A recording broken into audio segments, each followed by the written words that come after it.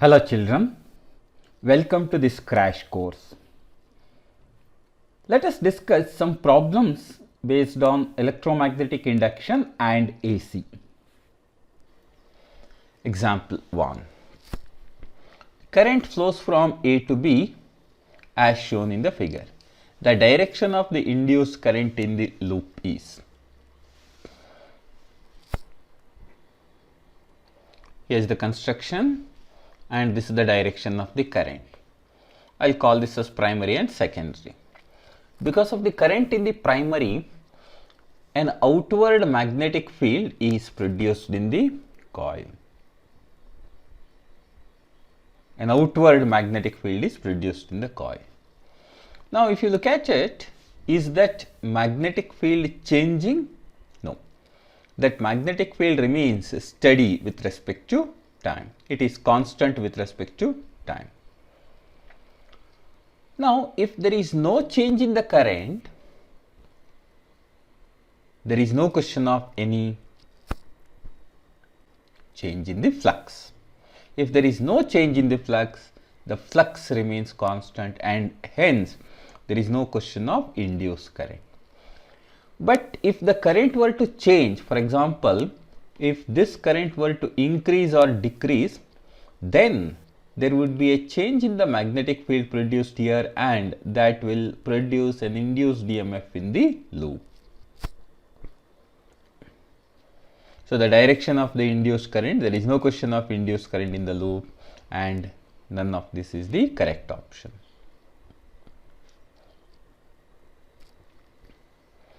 Example 2. Impedance of a circuit when a resistance R and an inductor of inductance L are connected in series in an AC circuit of frequency nu is.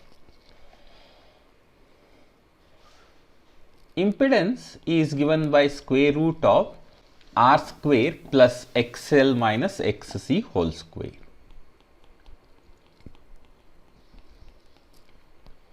In this case, x is 0, so it simply becomes root of R square plus XL square. Square root of R square plus XL, is nothing but 2 pi FL whole square or root of R square plus 2 pi nu L whole square. So, the frequency is given by nu and therefore, the impedance is given by this expression. So, which is our correct option? B is the correct option. Next one. An AC generator of peak voltage 200 volt is connected in series with a diode and a resistor of resistance 100 ohm. The average power output through the resistor is okay. The average power dissipated is given by Vrms square whole divided by R. So, this is nothing but 200. So, 200 square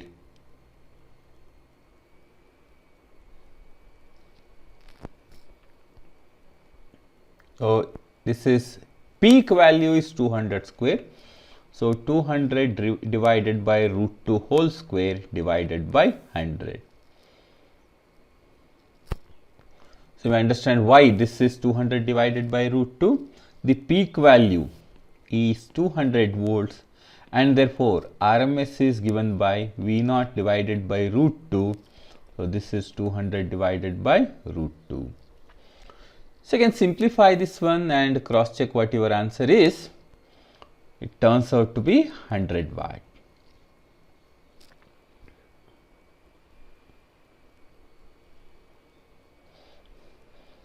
Example 4. An EMF of 15 volt is applied in a circuit containing a 5 Henry inductance and a 10 ohm resistance.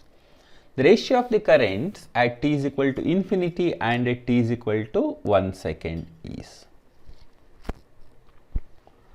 The current in the circuit in a RL circuit is given by I0 into 1 minus e power minus t divided by tau.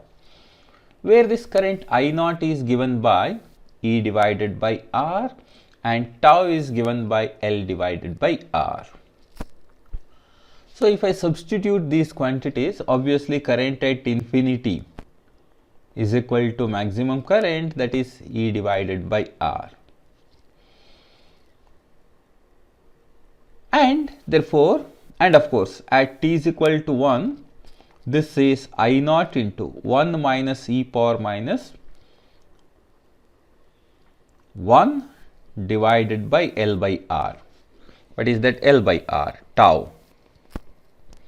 L by R is equal to, the inductance is given 5, resistance is 10, so 1 by 2, this becomes 1 by 2, or I naught into 1 minus e power minus 2. Therefore, the current at infinity to current at 1 is nothing but I naught divided by I naught into 1 minus e power minus 2. That becomes, upon simplification, e square divided by e square minus 1.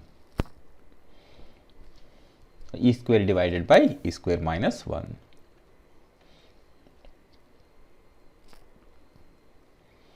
So, which is our correct option? A is our correct option.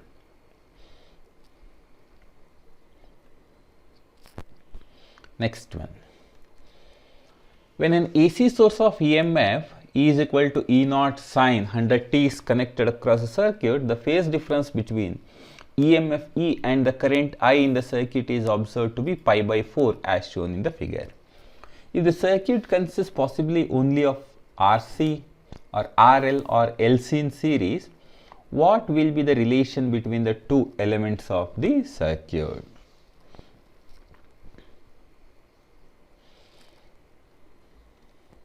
So, we look at this, E is equal to E naught sine 100t. So, clearly omega is equal to 100. Now, from the given figure, which one is leading? So, clearly the current is leading, current leads the EMF. Current leads the EMF and we need to find the value of this one. So, tan phi is equal to 1 by omega into XC, that is RC. And we also know that phi is equal to pi by 4. So, phi is equal to pi by 4. He says the phase difference is this much. So, tan pi by 4 is equal to 1 by omega 100 R into C.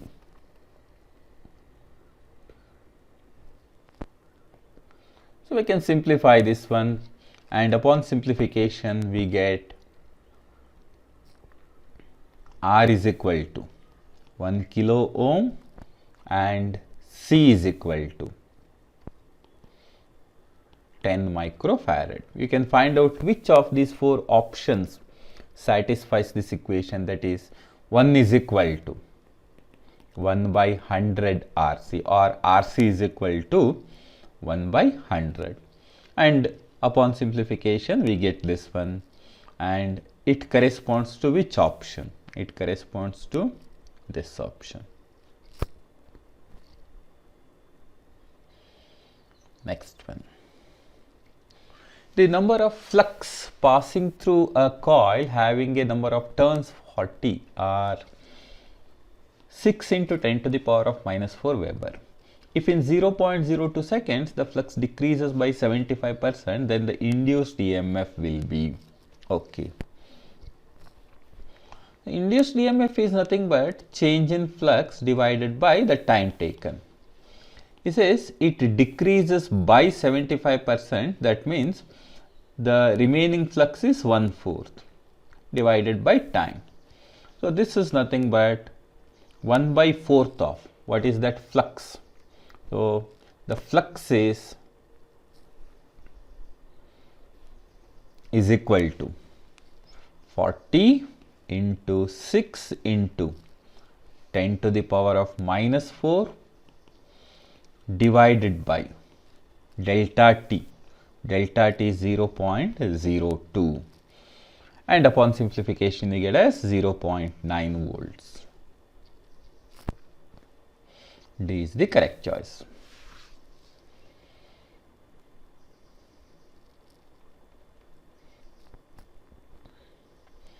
Example 7. A 100 millihenry coil carries a current of 10 ampere. The magnetic energy stored in the inductor is. Okay. You know, the magnetic energy stored in the inductor is given by half L I square. Half into 100 millihenry into current in the circuit is 10 square.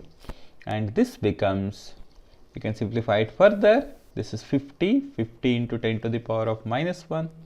That is nothing but 5 joule.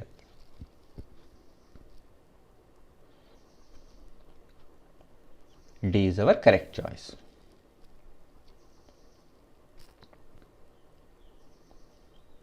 Example 8. In a circuit, L, C and R are connected in series with an alternating voltage source of frequency F. The current leads the voltage by 45 degree. The value of C is, okay.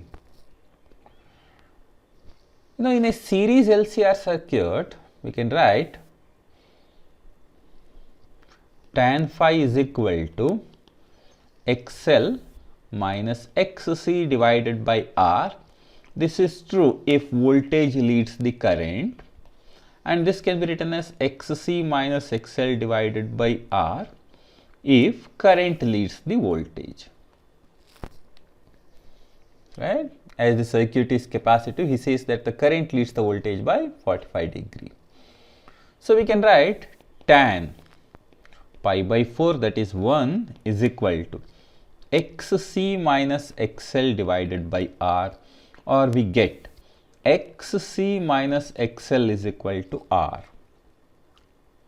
So further simplification, XC is 1 by omega C R plus omega L, and we need the value of C, so I'll rewrite it 1 by 2 pi FC is equal to R plus omega L, or C is equal to 1 by 2 pi F into R plus omega L.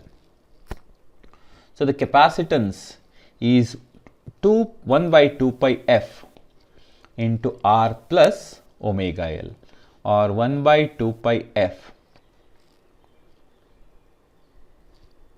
R plus 2 pi FL. So which is our correct option? 1 by 2 pi FL, 1 by 2 pi F into 2 pi FL plus R. D is the correct choice. Next one.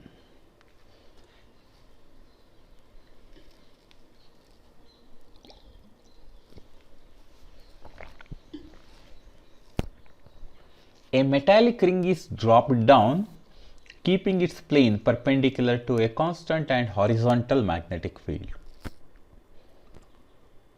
The ring enters the region of uniform magnetic field at t is equal to 0 and completely emerges out of it at t is equal to t seconds. The current in the ring varies as.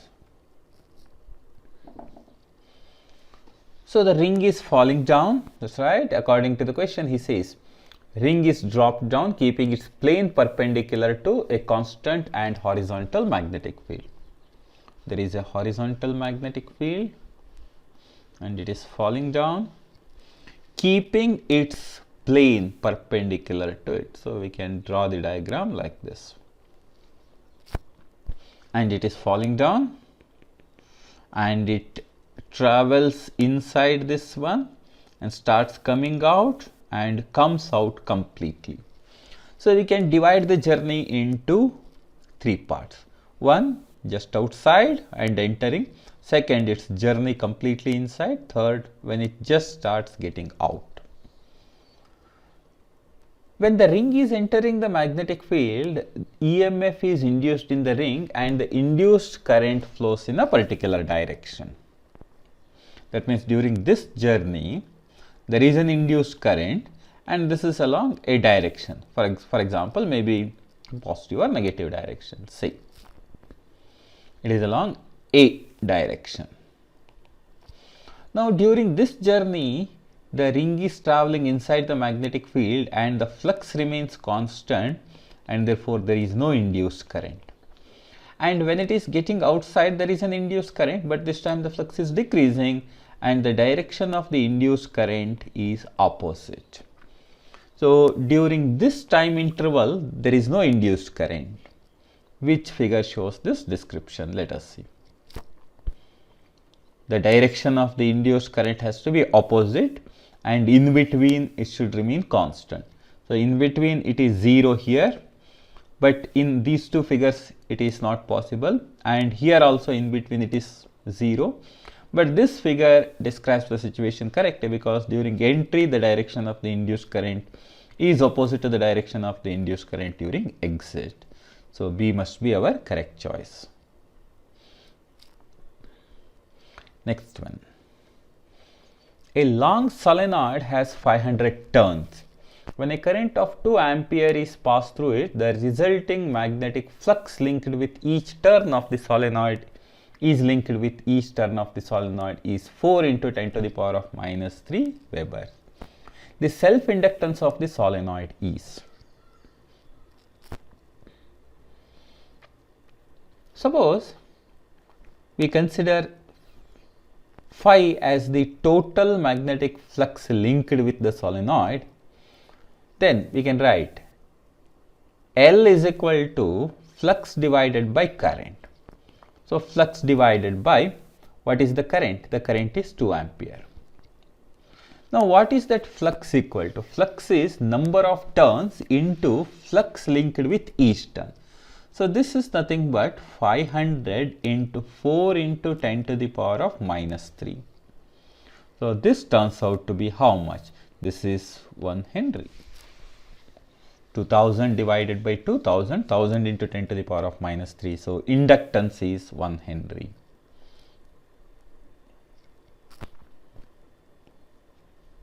B is the correct choice. Example 11.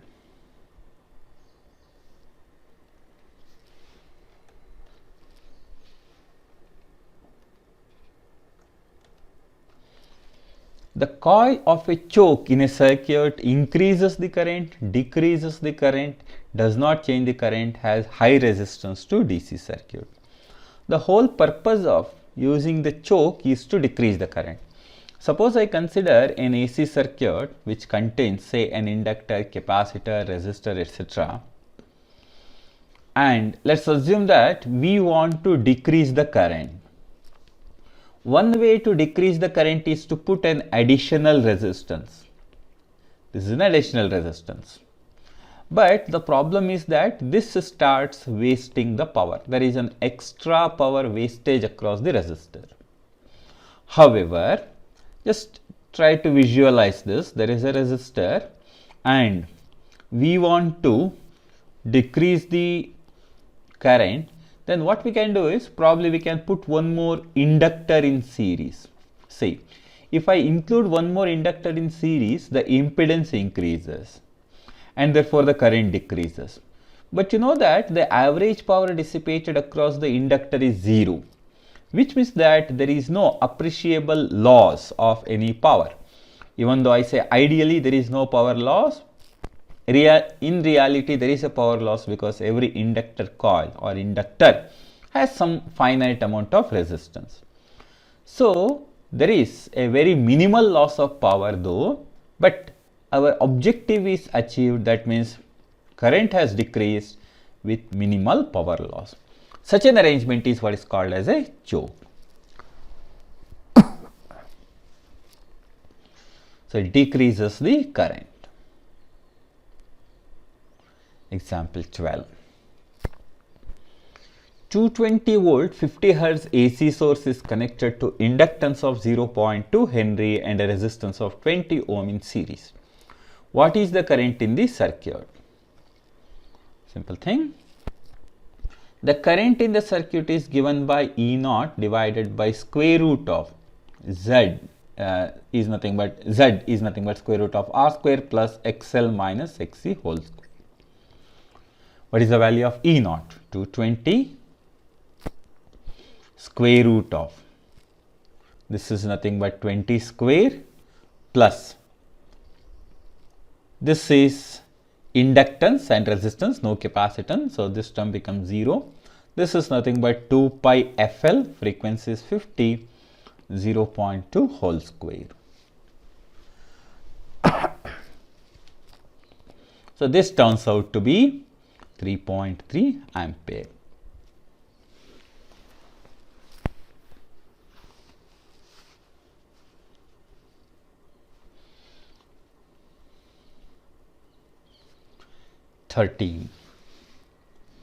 A transformer is used to light 140 watt 24 volt lamp from a 240 volt AC mains. If the current in the mains is 0.7 ampere, then the efficiency of the transformer is. Efficiency eta is given by output power divided by input power. Output power is 140 and input power is 240 into 0.7. How is that? This is nothing but 240 is the voltage and the current is 0.7. So power is VI. So this gives me 140 divided by 168, or this is 0.833, or this turns out to be 83.3%. B is the correct choice. 14. An oscillator circuit consists of an inductor of 0.5 millihenry and a capacitor of 20 microfarad. The resonant frequency of the circuit is nearly. The resonant frequency F is 1 by 2 pi root LC. So if I simplify it further, 1 by 2 pi root L, 0.5 millihenry, and the capacitance is 20 microfarad. So you can simplify it further. The answer turns out to be 1592 hertz.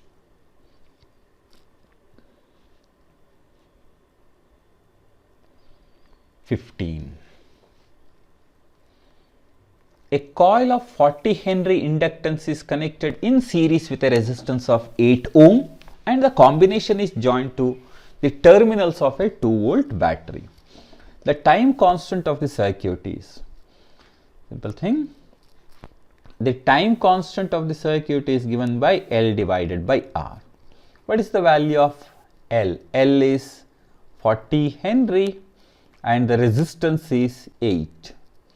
Remember, the voltage has no role to play as far as the time constant is concerned. The time constant is 5 seconds.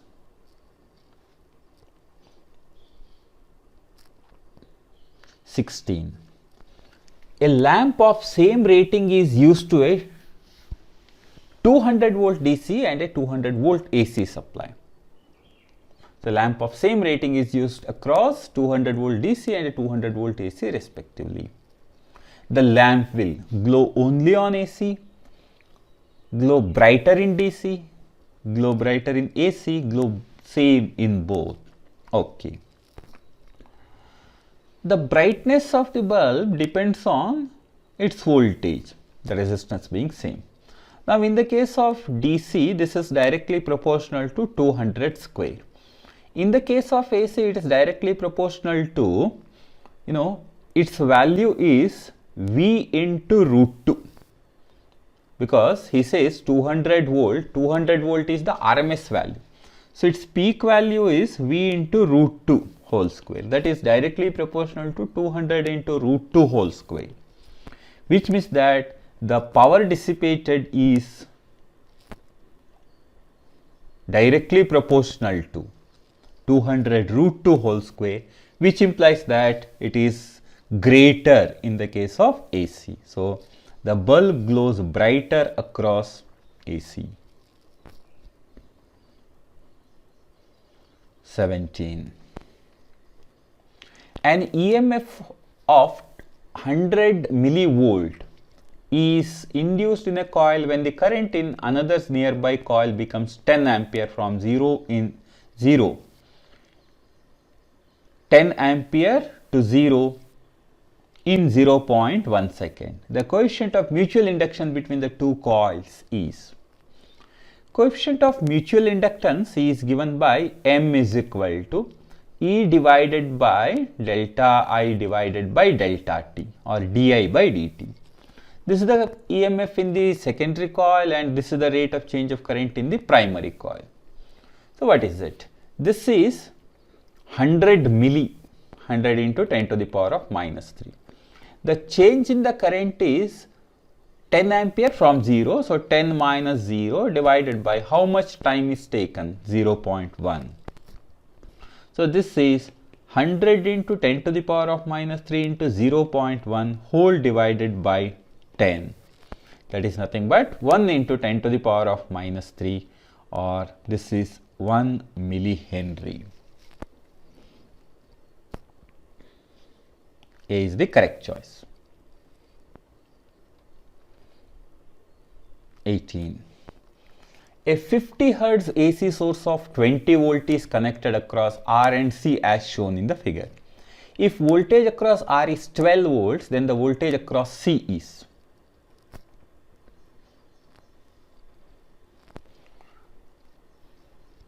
Across AC, the voltages are related by this equation. E0 square is equal to VR square plus VL minus VC whole square.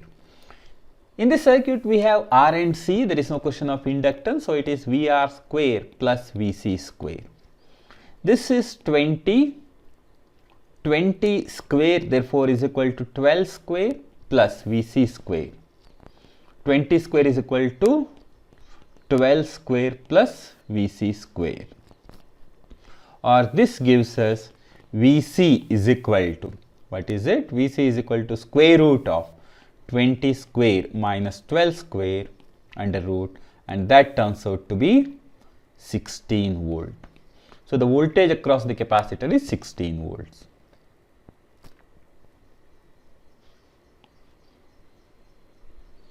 19.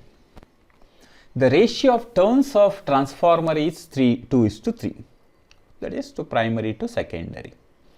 Given that the current through the primary is 3 ampere, then what is the current through the load resistance, that is the secondary?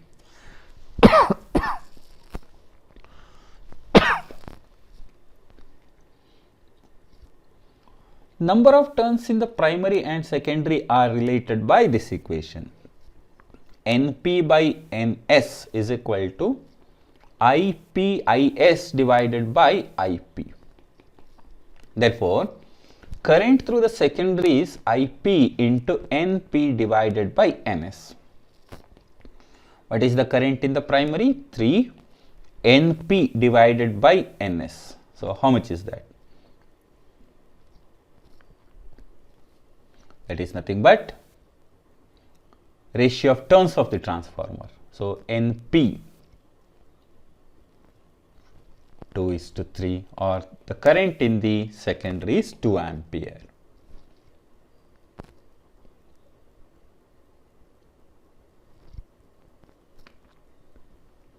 Two ampere is our correct choice.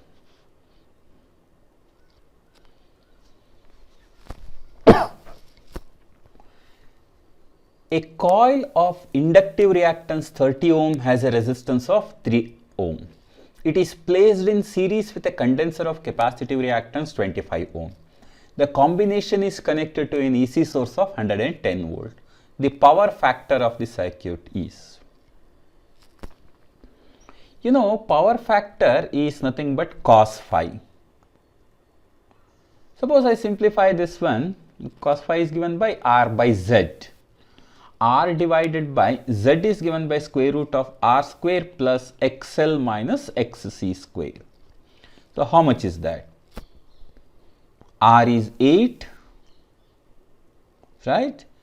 The combination is connected to AC source, so the resistance has 3 and then another thing, so 3 divided by root of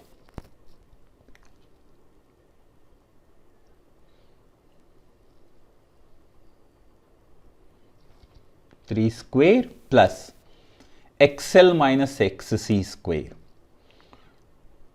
So what is the value of XL minus XC? 30 minus 25.